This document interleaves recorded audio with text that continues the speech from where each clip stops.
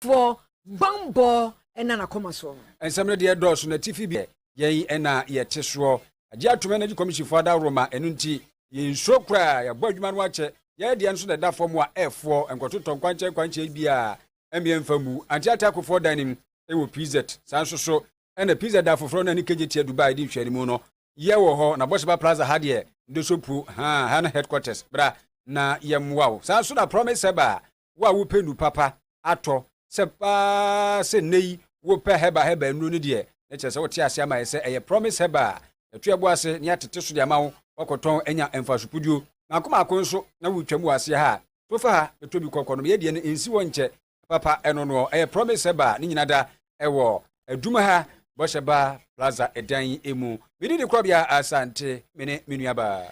PSA Lanti Yeshe KaseƐ no se ewo Aguna West from Fifi Mantam Central Region Aguna nya krom magana be de dadi asam ne de ene se efiewura bi tenant abono ama watwa nananum ewo nsiedo Madam Charlotte eni fiewura idin na asam ne nyane so hunu politin a hekekere kofo se da baabi na opini hu no hu se sebi eye sebie obusabusa mu no na se eye tenanti wono ena wade sebie no ato ho saa no se da bi wan shadow na ne yemmonu kuru wodi supidi wakɔ agyanan bia so wantimi anuru na se wo se agyanan no twele samiri egu politin bag nim na nanansa Matthew ewa homa no so a yene ne bekɔ akodi eho enkomo na eba ne san ena okire mu kire ne fiewura se eye bottles accident na ato no kye se janan ne ho nkwanhia ena ato no ena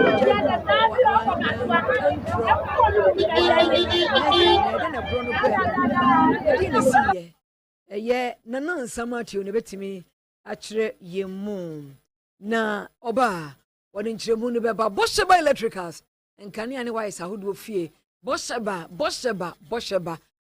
krai mu anwumre ne de KaseƐ ebrewo ope wire CCTV cables and cameras eye Bosheba electricals nanansa hello nanansa metonka na oneno ewo achiri aha boyemu na mi so ewo Aguna Yakum, ano ko ano ewo Aguna West, ewo fin na ntuma say. And they am no I can say a federal ye be I can say landlady. Wa ka na no ewo ye nsia be ya. Ina na say a tenant we ni atifie. I just say gin ya no ante. Ano na che so na mo sa if you were to have come away zero. Na if na mo timi pese no omo any dollars and I na dia ewo ye if you want mo na ntine paro tell say Anthony na no omo depending on it. It's not no trying to pa mo kaje mo nan e wo so. Uga some kala tena be mfi na wo fi na chipe nte wona chese mo na eko. No na chese tenant ye fa no eye anti. Abo chese ye aha no. Na chese o people get na o prepare o better get na o pay after chese for politin back to me bi. Na chese ono bi do fa nchame wo ho je na gumu do. Na chese owi ada ba tete to ran to pay get na na ti baby a ina yetena na ye jemfama na chese the gate and so penetra ebesi a aye de ma di ede egu ho no mu na aka dan to call one menu one team to ha me ya na no ko be ma chese adibro e ba ye ono na chese tinanka kafui akokwantafo wa nkomi obi ekobo ye antam na se are ke ko antam na se ni fe road na kasi konkonu ya se na ono o chabo no chese wa super sindama chese we dina ndama ma chese hu mo ye kwampo na ntuso nya abotra friend ne ba awo krokan tin ta hello brow na fe road na chese o chabo no ono na me so ha so ba ya what bet commando no about two best any English different so bunu ye papa chese fe road no ade wa phone a friend play na education dem ma lock down no ko bon hu ne se dem mo adu ni tu ordinary to the chief from one so obodo na fi owe na no na kuma otumi so na yele by 40 pressure nam be gonam de kwan wa no peja no ko ye ya ko hospital mu kwa no mantumi na ma fa no ko ye shedura kwan so na chese so no ejema no ka say de e so e fa no eye madam comfort do to na no ma wo eye esiado na tenant no never know this thing and ransom no you no attend wura we get the person for mo aguna so go e hwehwe no dey me no e kese Debio enti agyanan no ho na kosi ho agyanan no tenant no ono kwa agyanan si e through the gate ano eno sa kofa ne baba e ne obabu fiewura no ne nana amama nana ba ya babu fiewura no okay enti ode ne enti ebo no na ma akunu anasa wo so ode ne tutwi form no abo no na wo se fiewura no the pressure e ba ye na no ko hospital ko go hospital yo ye do say Arahopa magana beda dadi asam nyede nanansa Matthew yantu ansam no so na yenkwa nadim na yebekwa ama no sesia ne akobon kobo foforo sense nana kwasi buaban ya wono ene ye hene ewo wasa ratrim ye no wasa manfi east krosinim ewo atoyman tem na dia tudwa se kwantempon a efiri wasa adesu afransie dwukwa ratrim de kochese nanimu ano ekwanu enyenyenyenye contractor den sabeki kan na ensoso eja to no mu ato esebra ha yenya yiye nti aba no manimu ya won sama contractor no emra na na kwasi bu aban e wa ama no so na mo adwo eja na pomti sei ya mi adom ho ya na mo so bi aja na dom odi ache pa na kwani fifi baby na se epopa ne ta ho papa wadaroma mo kwanu se de tiepoti me da se ina de tiene se aye adesu one tram mami so a francia yokwa imai ratrimu Congo area 7 ayim sraha jabo ankwaso alenke sahwi bekwai ye kwai not ye pansam kura anya asam ketwa na ye ne wo kwan so nyina so ekoku akuafo esanse ye kwan na se nti se ye no ba kura no a ewo se de kodwa kase o wasa kropon no ye nya ka kura no de ye no ba ko se ye no ba nyina timi se ya ye kwan no enye nti aban dada no a abesena twam no omo ede kwan no ema Coco Rose ede ka ho onabo edu we Coco bosi wo ofu wasa France ho enti ode kwan no ede eka Coco Rose no ede ma contractor American no former vice president na bekate so e o mikro mu ratrim enti okate so no ye anche kura na de ma contract ama bruni ebetate e chana fo no mo ba so ya ma won ba bi a o ma ye o mo yard kese o mo atate first coat if wasa adesu ono mo e de aba mami eso ben fie be nu ma na sensie nya o mo de first coat ni bedru ono enu anu no esi enedua ne mo kasai kese first coat nu kura no mo sa begua no etutu ama fe ya kwa na se nya sam ketwa na sesi anete ya tene se contractor for no astati eyi o maniama afrika no so ye bisa o mo a kese aban ya andisi aban e se contract no ma atwamu eno nti ama na nanu mo e wo kwan so na na kwasi bu oban me di o mo anim aya we wo sam kase pa dia mai yerin pefe se aya mo nsentwerefo no madaroma aya mo nda bibia ne etim de fam so and we dey adesre de e de fam so amna du kana ban ho se de aya kokko akuafo na aya ti kokko dudu pa ye mputem anum na aya kwan a abanda dan de ama contract ya wo se sesi a no mu twam aya de ha pa enti ade fam so amna du aban ho se sre no a se ya kwan ne de omomoden na ma contractor ni because contractor no site is ya o free on na only say contract ni ate say o atwam and we dey adesre de ye dey to manim amna duraban ho say de ekwan no atiti apansam no aban omomoden na nka onto adwumade no so maye kasem ani na da se yenimsa adesre de no efafidi kase so saa mpanimfo no bete na fi DC yo patemo ho na mo bi osu otuo no yeso ne na to aso afi ho ye na wase anwumire ne obre eso me da mo ase yo enna mo che ye no wasa uratrem hene wasa amanfi isrosinim wato mantemu na kwasi buaban ye otoso mienu na lesre de ye wodi tu edwana mpa nso kwan no hwe a awiewie kura yanko efifi mantambiem enano kaso new market ye bom kase afiri ho ye nure ya se ojabrane ato ye edwanu mu ama sauce ahodo ne ajapade ne enoma wo ton no ahyekura na enomu ne hu nsentwani bi se fire service officers ni bi odumja adwuma efo ni bi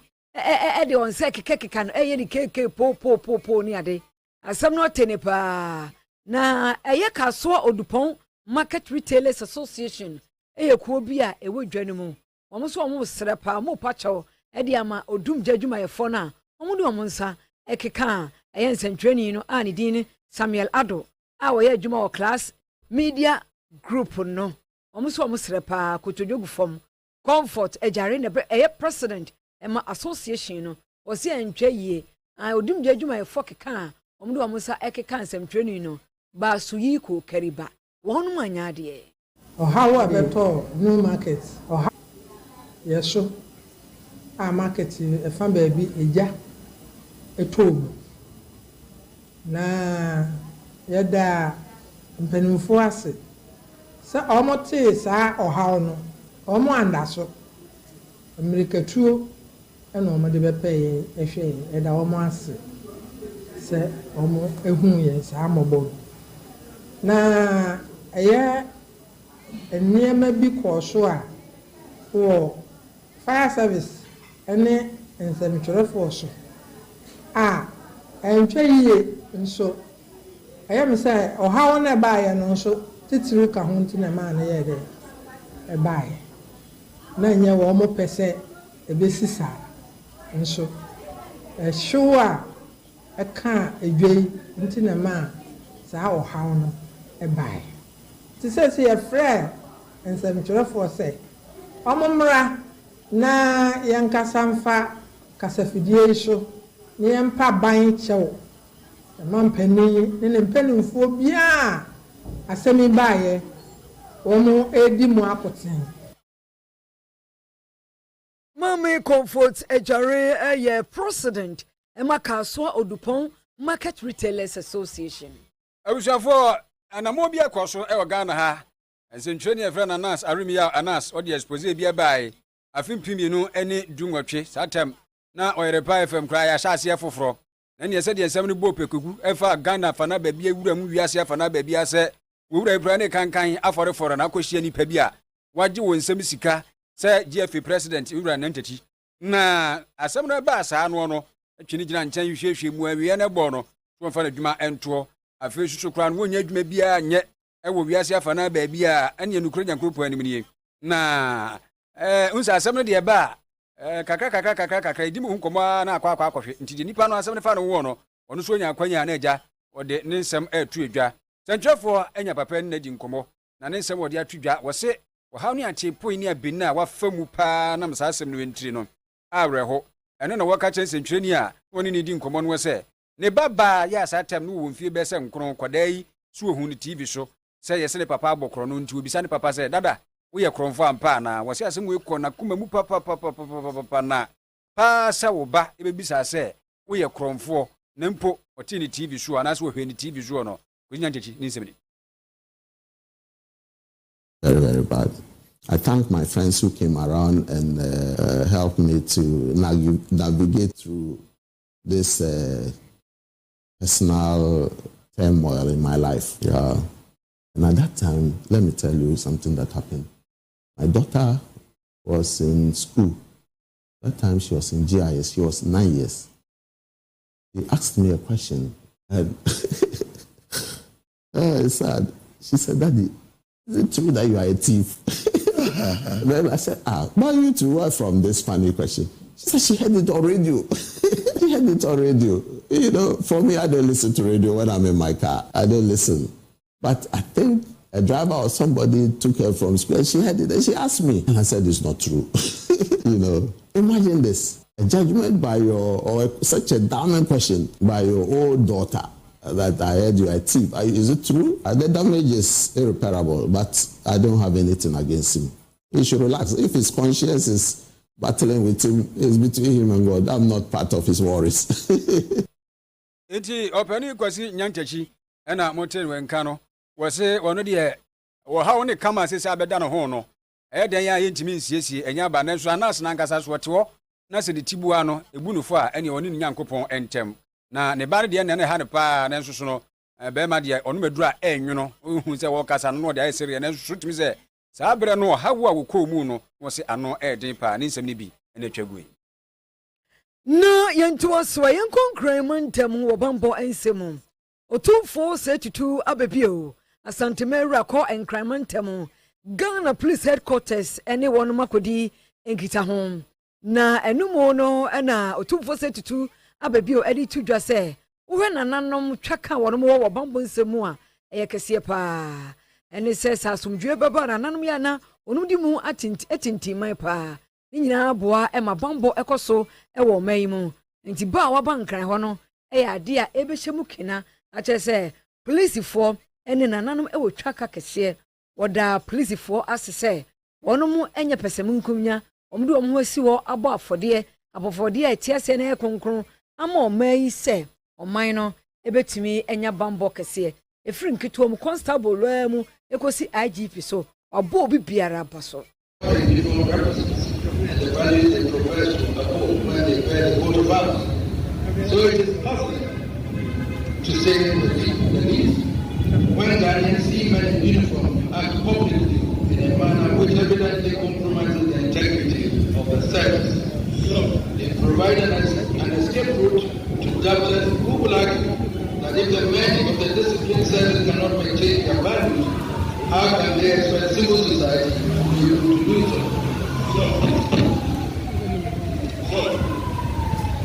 As we embark on this journey together, we will urge you, IDP and your important colleagues, to seriously tackle issues affecting police integrity and public trust. It may well be necessary to reinforce or upscale the values we include in your men, so they are left in no doubt whatever they do. Asantimera otumfo setutu awababiewo IGP any owura Christian tete yo no oso onim na wo hunu eye ade a nananom eye ede boa Ghana bambo. Your presence at the police headquarters today marks a turning point. This historic honor is one that the Ghana Police Service and our fellow citizens hold in the highest esteem and do not take it lightly. The Ghana Police Service recognizes that over time we have relied extensively on important European policing systems. These visits challenges us to return to history,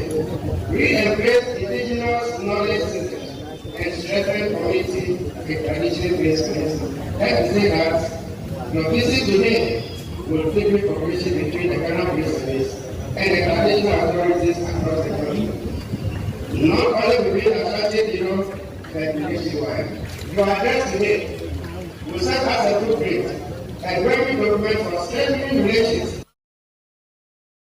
Ghana Police Sahine IGP Christian Tete Yohono. Eno na wapani Tete Yohono watu aso no wose wo hwe asomdwe wo Ghana ha no mo a yebetumi akase opemso wa ya de papa se de wasi atutu asomdwe eba manso ya edida demusuaku wo do ntem won nansen ya de ekoso obeko yewura osiesie yie ema asomdwe eba ye dagbon de ne de tete sa no nyina wo kire se obetumi aka waka ne pi se yewura opemso tufo si tua bebiu wo ye kin Solomon a ye bre isuo no twedi ampon de na dom yen so moa ema asomdwe entena Ghana na afi nsuso no eba eniema huduo bi a ebuo enini die ahinie sede sabio wose yedi ni die ma ahinie a ni nyina no wose openso a kire se ampa wodi se fatapa se yebo na baso. As the Chief Constable of this country, I must commend Your Majesty and highlight your role in peace building and conflict resolution, which has had a profound impact on national security. Mentioning your exceptional mediation skills, which have restored peace in numerous conflicts across our nation, compels me to describe you as the King Solomon of our time. Your wisdom, patience, and moral authority have brought calm where tension once prevailed. Achasa NCC sabio entutue ya wapensu tufu se twa bebiu ete eba me ya hodo no ma se basa pa ya na mani matriso asampatem ho no ano abrase kura diye ene asumdwe ena aba nti so obo openso abaso wei eye IGP posifo pani iwra tete yo ho no na otumfo sejutu ababio si IGP wabo adwuma pa na eno na wo kire se ebrebia no a obeka se police for Ghana han na komato ne yam efri se wonum ebo adwuma o se dafofra obesan akọ enkran police headquarters wonum no o hwese obehye police atade e de akọ. Manshia has been pleased to enjoy a productive working relationship with the Ghana Police Service over the years. But this is the first time we have had the opportunity of visiting what I will call the engine room or the heartbeat of the service, thanks to the initiative. Thanks to the initiative and kind invitation of our son, the Inspector General of Police. We are deeply humbled by the extraordinary courtesies extended to us this morning. Watching the ladies parade, I thought I should have worn my police dress to be here. Otumfo o say tutu ababie wo say onyaya nko she police atade e ko office o hwe manu a wono magiragire mu memo magiragire police atade mu a eye de fe pa yo eno no na fe yensin soso entoaso ne yenko ochimem ochiyene osaje fo amoti for pani no se wotena kire ya na ne wra ho se wo mai ni ankase sase ya obade ade ache yen yensuo yese no osu gbowura kwaye mu ankwabra ni ginam no de doma ton betwam nu nyina wonua bi nsha nan dan soso eno ne wotu gada ese yensuo ni ade no wo se ebre no asonse ankamom ni ampade bi anya emu akra. Doesn't matter how many natural resources.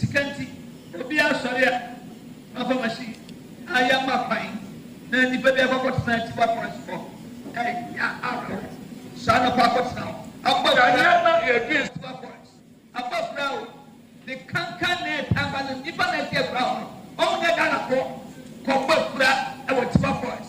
As so young women, and down on 9, then who have 12 points. Your penny, your bow, and don't know who said, a hawk, a so popular. And then, I appear MC Gan, the Indian, the near soldier boy, near Sapo, Yakapamo. Ene na eno no sajefo amoti for pani ochihene na mote se wo kasa itim se ni abre papa na we no edwabo ya efre no etiwa forest centenary celebration ekoso ewo achem chebi na wasajefo wie yi no na mara sebedwani ya wo kole klotaba to pesu aso wo kodmedie ni wase bi Dr. Zanato Ajima Rollins ede to Ghana fo nyina nim se sabio asase no a yankropo de ache ye teso no bi mfiri ni mamu mebo ho ba ma ni otum. It doesn't matter how many natural resources we have, whether it's gold or diamonds or oil. If we destroy the land, we destroy the fauna and flora, we have nothing. We are nothing without our environment. And even with the best hospitals, we have nothing if we destroy our environment, if we destroy our water sources, if we destroy the air and the soil. The plants that we grow, if the soil is contaminated, we are eating poison. Nti ese yensuo enframa ese ni ade ni aduanu aba no a anase no bae no ba kukuro do kwabra ne kwato yam na afi poison yidi eno no we ye doctors na to Ajima Rollins na empanimfo ne atitire susu akodumade no ase bie omkatwa ato ni. We saw this dream, we did our investigations, we were able to come through the archives, and we came out with the date that this Etiwa forest was gazetted, and we saw that it was gazetted in 5th January 1926 by Nana Oforiatta I.